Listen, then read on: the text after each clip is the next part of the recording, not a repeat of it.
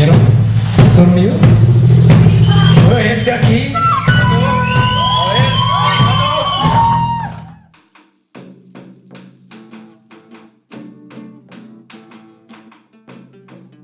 El centro del territorio que forma la República de Colombia y que antes se llamó Nuevo Reino de Granada se halló habitado por indígenas pacíficos y agricultores organizados descendientes de la familia lingüística chibcha procedentes de Centroamérica y quienes se llamaron a sí mismos los muiscas.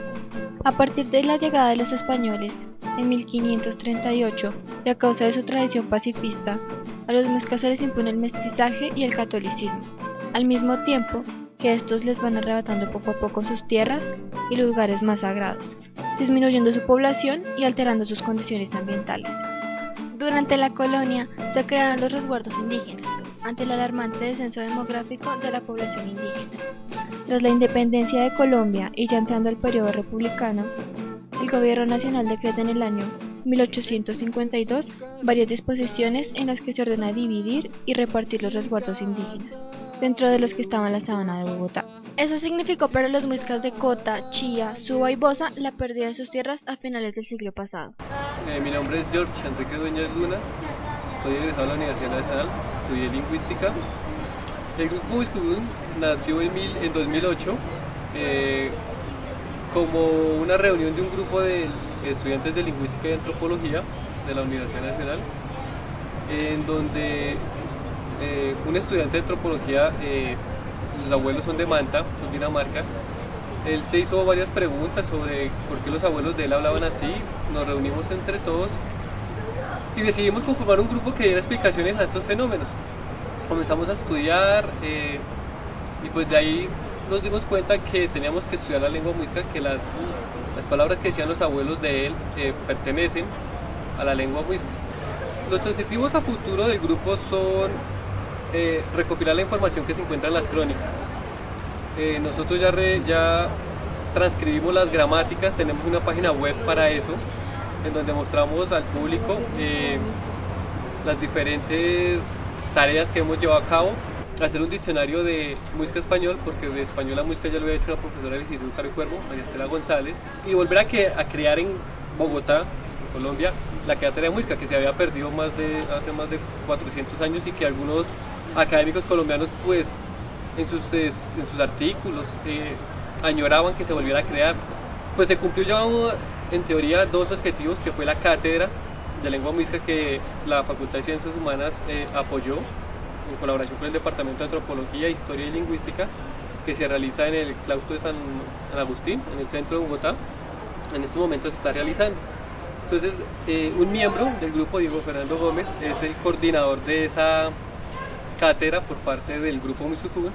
También pues la coordinan profesores del Departamento de Lingüística. Las dificultades que hemos encontrado para desarrollar nuestras actividades casi siempre son económicas, debido a que muchos de los textos que necesitamos se encuentran en diferentes países o requieren de permisos especiales para que nosotros podamos acceder. Primero, el Cabildo lleva ya 20 años, 22 años. El proyecto del Jardines ha sido un avance grande. Primero porque comenzamos casi 16 años en espera de cómo enseñarle a los niños nuestro saber, cómo saber nuestro conocimiento. No hay una educación continua donde los niños puedan seguir aprendiendo y conociendo su cultura. Salen los niños de la educación intercultural a una educación occidental donde ya tienen otros regímenes, donde ya tienen otros estándares y pierden de pronto ya ese saber que recibieron en el jardín. Es un proyecto que se tiene que ya comenzar y es un proyecto a largo plazo donde ya tenemos que pensar en una primaria, donde un avance, de pronto después pensar en la universidad, pero eso se da a pasos. El gran avance y la gran parte que hemos conseguido es que los niños aún reconocen los valores, aún reconocen la comunidad, saben, identifican cosas, lugares sagrados, identifican figuras, música, entonces aún se mantiene. Lo triste es que no hay, como se dice, esa educación continua para poder seguirles, retroalimentando y dándose el saber ancestral y cultural. Nosotros tenemos la infraestructura del jardín, que incluso es la más grande de Bacatá, de Muequetá, y pues tenemos 300 niños, pero a pesar de eso no podemos realizar diferentes actos culturales o cosas culturales, por ejemplo nuestro Chunzua o nuestro Cusmuy, casita de pensamiento. ¿Sí? No lo podemos realizar porque según plantas físicas, según el reglamento del Estado, no se pueden hacer estas infraestructuras que pongan en riesgo el bienestar de los niños, cuando eso ya es cultura y ancestral y lo podemos hacer. Entonces hay ciertas cosas que nos impide el Estado para recibir los beneficios de ellos. Entonces cuando uno habla de autonomía, habla de que uno pueda como autoridad, como líder, como comunero, poder garantizar sus usos y costumbres y que no se pierdan, ¿sí? Poder garantizar la supervivencia del pueblo muisca. Nosotros hablamos de que el Estado debería colaborarnos. Primero, hay reservas, hay lugares, humedales, sitios donde son sagrados para nosotros, pero pues siempre hablan de que hay mano que trabaja indígena, pero en realidad uno va a mirar y no hay ningún indígena trabajando ahí, no hay pensamiento indígena, y estos lugares se van perdiendo desde la motonomía, bueno, se va perdiendo desde el pensamiento occidental y no desde lo ancestral cultural indígena, ¿sí? Entonces lo que nosotros estamos hablando y peleando ahorita es que el Estado primero nos restituya el resguardo, nos restituya territorio o nos devuelva la administración de estos sitios y reservas ancestrales. Autonomía, territorio y ley propia. Hablo de ley propia, es que acá no se está respetando. Primero, se habla de que sí hay que se le respeta el territorio al pueblo, que se le respeta la palabra, pero en realidad se está vulnerando los derechos del pueblo. Les imponen, hay imposición, hay barreras y límites. Nosotros caminábamos, hacíamos trueques en diferentes lugares, en diferentes pueblos, pero en realidad ahora nosotros somos de Suba, ustedes son, el otro pueblo muisca es de Bosa, ¿sí? Entonces los otros pueblos hermanos también están de Incota, Chía y Sesquilé. Entonces ustedes son de cada uno de los pueblos, ustedes son de Bogotá, ustedes son de Cundinamarca, entonces ya nos ponen límites cuando éramos solo un pueblo muisca. Soy Suameca, Hishagüe, Gesen Yopasani Gallo. Buenas tardes, mi nombre es Gesen Yopasá, pertenezco a la banda Fuchunzua. ¿Se durmieron? ¿Están dormidos? ¿No hay gente aquí?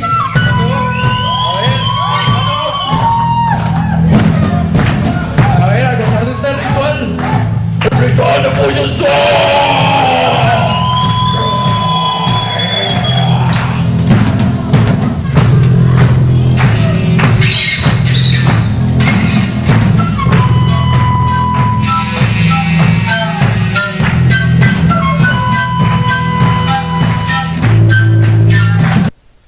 Fuchunzua en un comienzo fue el grupo tradicional del Cabildo. El Cabildo durante un tiempo no tuvo un grupo musical que trabajara el rescate propio de sus sonidos, también pues de ser un medio de comunicación para expresar pues sentimientos, nuestra situación. En esa época pues prácticamente solamente se trabajaba el tocar versiones propias de música boliviana y ecuatoriana. Fuchunzua lo que hizo en un comienzo fue rescatar los sonidos propios y sus líricas enfocarlas prácticamente en nuestra situación, ¿sí? A nuestros sentires, a nuestros problemas sociales, a lo ambiental, a la parte muy fuerte que es la del respeto entre nosotros, entre los seres humanos, y el respeto hacia los seres vivos. Hay muchas temáticas pues que prácticamente vienen de experiencias, vienen de experiencias comunitarias y vienen de experiencias personales también, de cómo un muisca percibe el mundo, cómo se siente en esta sociedad y qué es lo que prácticamente le afecta.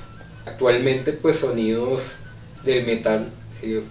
Fuchunzua tiene esas dos posibilidades. Tiene la versión ancestral, que es totalmente con instrumentos acústicos autóctonos, y la versión metal, que es más como es un grupo más enfocado como hacia la protesta, hacia la resistencia y pues con sonidos más fuertes. El aporte también fuerte es el cantar en el idioma propio. En algunos momentos pues evaluamos entre integrantes de la banda pues el cantar en en castellano, pero no iba como con nuestro pensamiento, o por lo menos con mi pensamiento personal. También lo confieso, yo no estaba muy de acuerdo, porque sería como no sé, un iraquí tener un grupo de música y hacer canciones en inglés. La idea era hacer las letras en Mixcú, en nuestro idioma, para que precisamente la gente lo conociera y comenzara a preguntarse, bueno, eso que ellos dicen, ¿qué significa? ¿Qué es lo que quieren decir? ¿Ese idioma cuál es? Bueno, despertar como esa curiosidad y comenzar a impactar la ciudad y pues también el país, pues escuchando un idioma que se creía totalmente desaparecido, y pues hacer pues que la gente se reencontrara con parte del pasado. Bueno, el problema de reconstruir la lengua muisca radica en que actualmente podemos reconstruir su gramática, sus tradiciones o su forma de pensar basada en los documentos antiguos, las fuentes primarias y algunos registros como crónicas. El problema radica también en que no tenemos una fuente sonora, audio, de cómo se hablaba, y ese es el principal problema. No sabemos cómo se hablaba, cómo sonaba la lengua.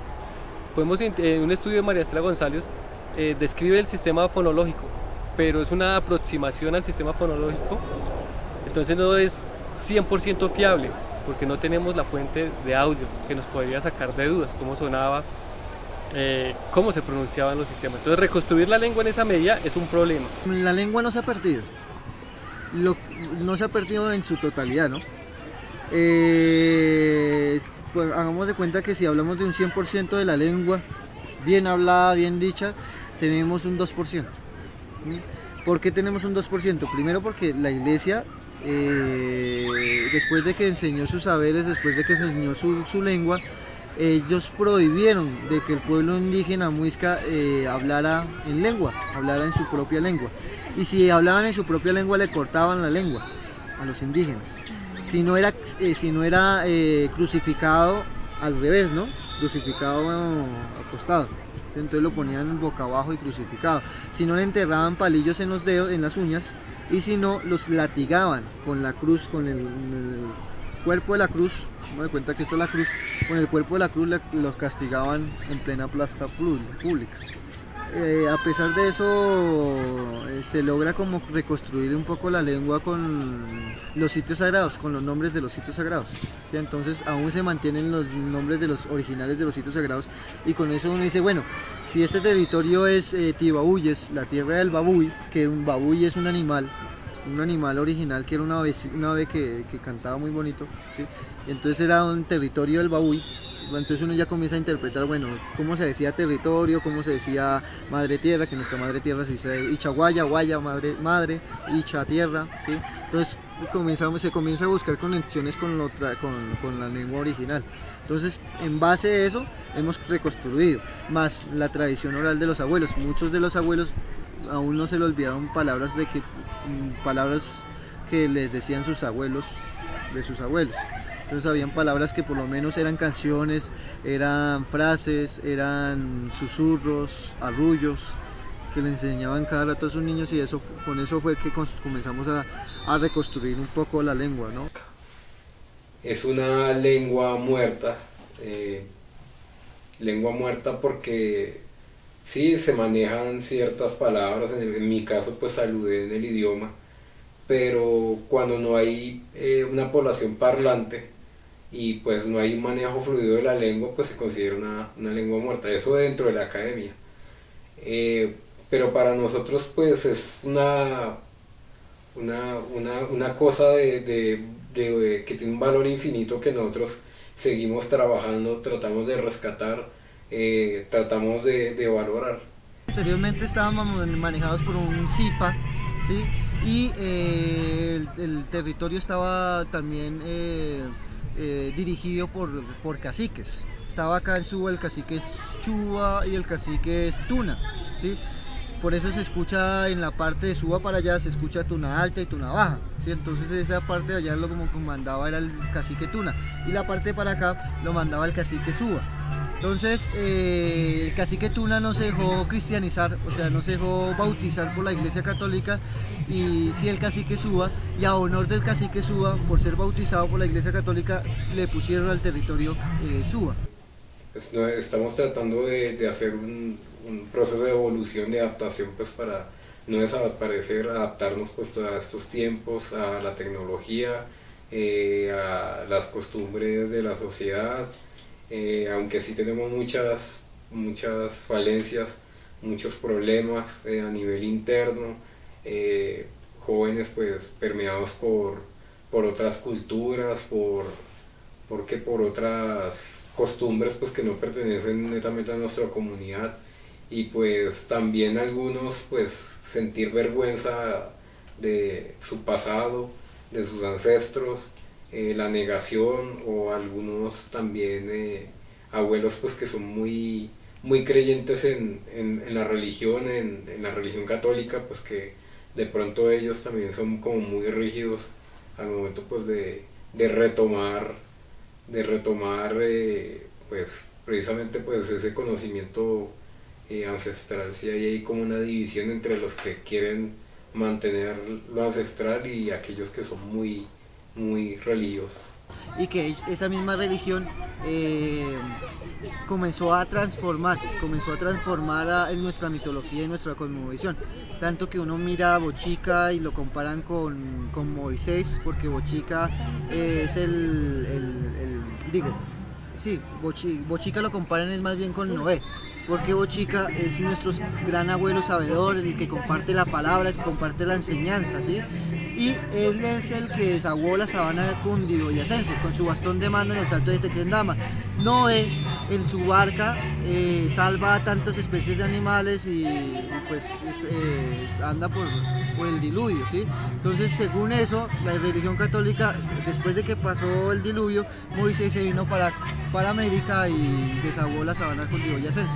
Entonces, ¿cómo comenzaron a buscarle coherencia para que los indígenas dijeran, mire, es que este Dios que nosotros tenemos es igual al de usted? Por ejemplo, Chichacún, que es otro ejemplo. Chichacún es la palabra, la ley, el respeto que se le debe tener al abuelo, la humildad que se le debe tener a los demás. Chichacún fue comparado con Moisés. Moisés es el que le enseñó al pueblo los 10 mandamientos. Entonces fue comparado que él también se desapareció allá y vino Chichacún y acá enseñó la palabra, aquí enseñó el respeto al territorio, enseñó el respeto a todos. Entonces buscaron esas coherencias.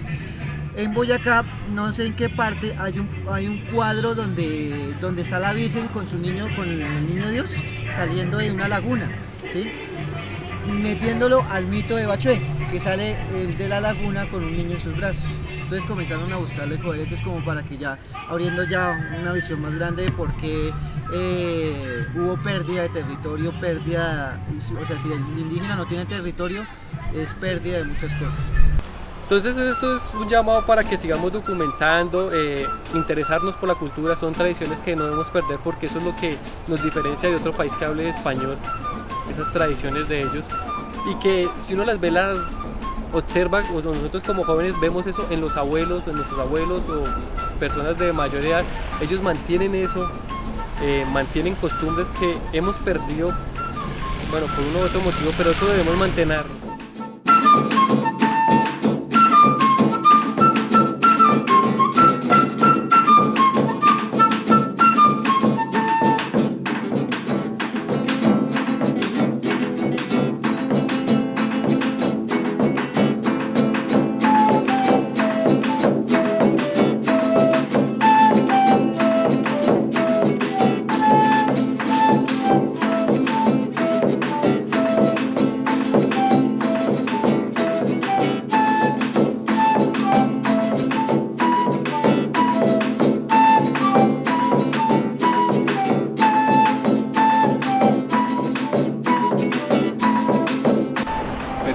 Vamos a repetirla toda.